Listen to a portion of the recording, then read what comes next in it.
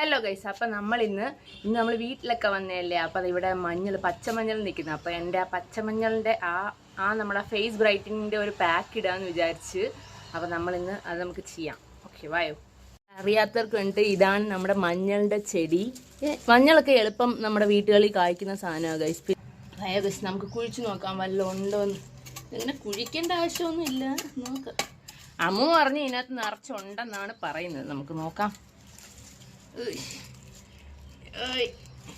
ഇങ്ങനെയൊന്നും അല്ലോടോ. അയ്യോ, അതാ എൻ്റെ മഞ്ഞൾ പോകുന്നു. ഇതിനകത്ത് നമ്മൾ ചട്ടി തൊടാൻ പറ്റത്തില്ല. ഈ സാധനം ഭയങ്കര പ്രഷ്യസ് ആണ്. ഇവിടെ വളരെ കുറച്ചേ ഉണ്ടാകത്തുള്ളൂ. തമിഴ്നാട്ടിൽ, കേരളത്തിലാണെങ്കിൽ ഇഷ്ടംപോലെ എല്ലായിടത്തും ഉണ്ട്. അയ്യേ, പക്ഷെ ഇത്രയുള്ള. അയ്യോ, കട്ടായിപ്പോ. അതുകൊണ്ട് നോക്ക്, ഞാൻ പറഞ്ഞില്ലേ ഉണ്ടെന്ന്. കുറച്ചെടുത്താൽ നമുക്കിപ്പോൾ തൽക്കാലത്തേക്കിന് മാത്രം.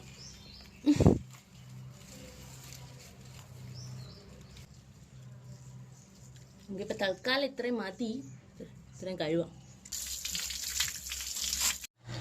അപ്പം നമുക്കിത് മിക്സിയിലിട്ട് അരയ്ക്കാം.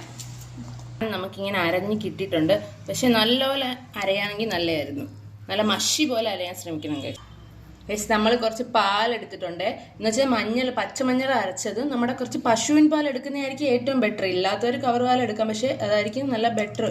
നമുക്ക് ഈ ഒരു കൺസിസ്റ്റൻസിയിൽ കിട്ടണം. കാരണം ഒരുപാട് വെള്ളമായി പോയി കഴിഞ്ഞാൽ മുഖത്ത് തേക്കാനും പ്രയാസമായിരിക്കും. പക്ഷെ നമ്മൾ മഞ്ഞൾ ഡയറക്റ്റ് തേക്കരുത്. മഞ്ഞൾ ഡയറക്റ്റ് തേച്ച് കഴിഞ്ഞ് കഴിഞ്ഞാൽ ഭയങ്കര എരിച്ചിലായിരിക്കും മുഖത്ത്, എരിയും നമുക്ക്. അപ്പം പാല് മിക്സ് ചെയ്ത് തേക്കുമ്പോൾ അത്ര എരിച്ചിൽ വരത്തില്ല. അങ്ങനെയാണ് കട്ട് ചെയ്ത് എടുത്തുകൊണ്ട് വെളി വന്നേക്കാണ്. കാരണം പെരക്കകത്ത് വെച്ച് തേച്ച് കഴിഞ്ഞ് കഴിഞ്ഞാൽ മഞ്ഞളാവുമെന്ന് പറഞ്ഞാൽ എന്നെ റെഡിയാക്കും ഗൈസ് ഇവരെല്ലാവരും കൂടെ. അപ്പം നമുക്ക് തേക്കാം. മാക്സിമം ഞാൻ ഈ സാധനം തേക്കാൻ വേണ്ടി റെക്കമെൻഡ് ചെയ്തതെന്ന് വെച്ച് കഴിഞ്ഞാൽ നമ്മൾ കുളിച്ച് കഴിഞ്ഞതിന് ശേഷം ഞാൻ റെക്കമെൻഡ് ചെയ്യത്തുള്ളൂ. എല്ലാവരും കുളിക്കുന്നതിന് മുന്നേ തേക്കണമെന്നൊക്കെ പറയും. പക്ഷെ കുളിക്കുന്നതിന് മുന്നേ തേക്കാം. പക്ഷെ കുളിക്കുന്നതിന് കഴിഞ്ഞിട്ട് തേച്ചതെന്ന് വെച്ചാൽ നമ്മൾ പിന്നെ സോപ്പൊന്നും ഫേസിൽ ഇടത്തില്ലല്ലോ. അപ്പോൾ നമ്മൾ ആ തേക്കുന്നത് അങ്ങനെ അബ്സോർബ് ആയി നിൽക്കും.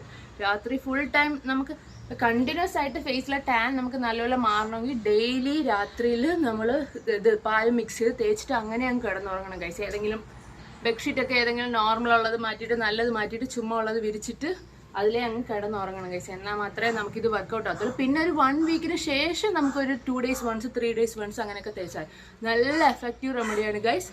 നോർമൽ സ്കിൻ ഉള്ളവർക്ക്, ആക്നെ പ്രോൺ ഉള്ളവരുടെ കാര്യമൊന്നും എനിക്കറിയത്തില്ല ഗൈസ്. കാരണം എനിക്ക് അങ്ങനത്തെ സ്കിന്ന് നമ്മുടെ വീട്ടിലുള്ളവർക്കില്ല. കാരണം എൻ്റെ ഒരു അറിവിൽ ആക്നെ പ്രോൺ ഉള്ളവർക്ക് ഇത് മുഖത്ത് തേച്ച് കഴിഞ്ഞാൽ ഭയങ്കര എരിയും. പിന്നെ സെൻസിറ്റീവ് ഉള്ളവർക്കും എരിയുമെന്നാണ് തോന്നുന്നത്. അതുകൊണ്ട് നോർമൽ സ്കിന്നുകാരുടെ കാര്യമാണ് ഞാൻ ഈ പറയുന്നത്. കട്ട് ചെയ്തു.